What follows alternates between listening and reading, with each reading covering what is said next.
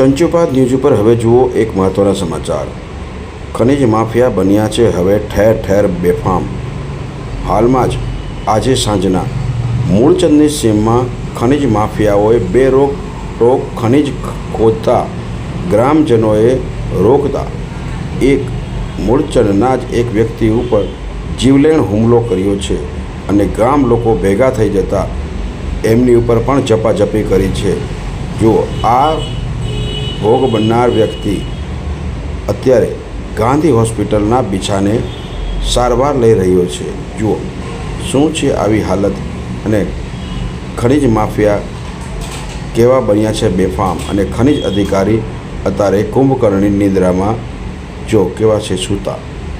શું કહે છે આ ભોગ બનનાર વ્યક્તિ ખનીજ માફિયા વિરુદ્ધ, જુઓ એમની જુબાની ચંચુપાદ ઉપર। તમારું શું થયું છે?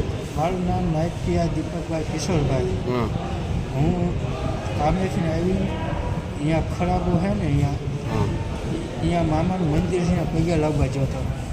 અહીંયા ડમ્ફર ચાલકવાળા છે ને અહીંયા હું આટો મારવા ગયો ને ત્યાં મારે અહીંયા પૂછપરછમાં એમની આ ઝપાઝપી થઈ। મેં ગામ જમાને ભાઈબંધને એક બેને ફોન કર્યા। મેં કહું અહીંયા આવો, મેં કહું હે ને જે આપણે રસ્તા છે ને ત્યાં બધી ધૂળ લે છે। ત્યાં પછી કેટલા ખનીજવાળા હતા? ખનીજવાળા 2 ડમ્ફર હતા, એક જીસીબી હતું અને 4 જણા એ હતા। અને એમને મારી ઉપર છે પાઇપ છે ને પાઇપ લઈને હુમલો કર્યો। પેલા ઝપાઝપી થઈ। ઓળખો તમે એમને? ઓળખો, એક એના માલિકને ઓળખું। શું નામ? મકાભાઈ ભરવાડ। એમના છોકરા છે 1-2। કેટલા જણા હતા મારવાનું તમને? 4 થી 5 જણા હતા એ ઝપાઝપી। કેટલા જણને વાગ્યું તમને? અને એકને વાગ્યું ને બીજા હતા ત્યાં બધા આડાવાળા, મને યાદ નથી। હથિયાર શું હતો? હથિયારમાં એમના ગાડીમાંથી એક ધોકો કે પાઇપ કાઢ્યો તો પાઇપ મને વાગ્યો। અત્યારે તમે ક્યાં આવ્યા છો? અત્યારે હું અહીંયા ગાંધી હોસ્પિટલમાં આવ્યો। ઓકે,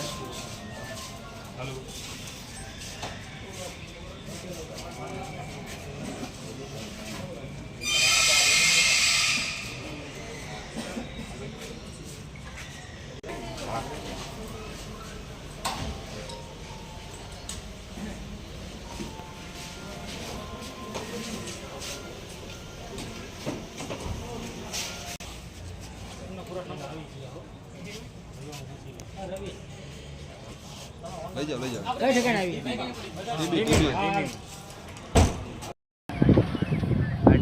તમારે કરવાનો હોય।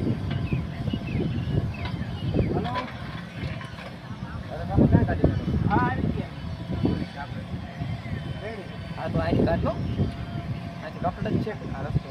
આ તમારે થોડો જીસીબીથી પૂરવા પડે। હા અહીંયા ગાડી મારે મને કહો, આમાં જૂનો રસ્તો જ છે યાર।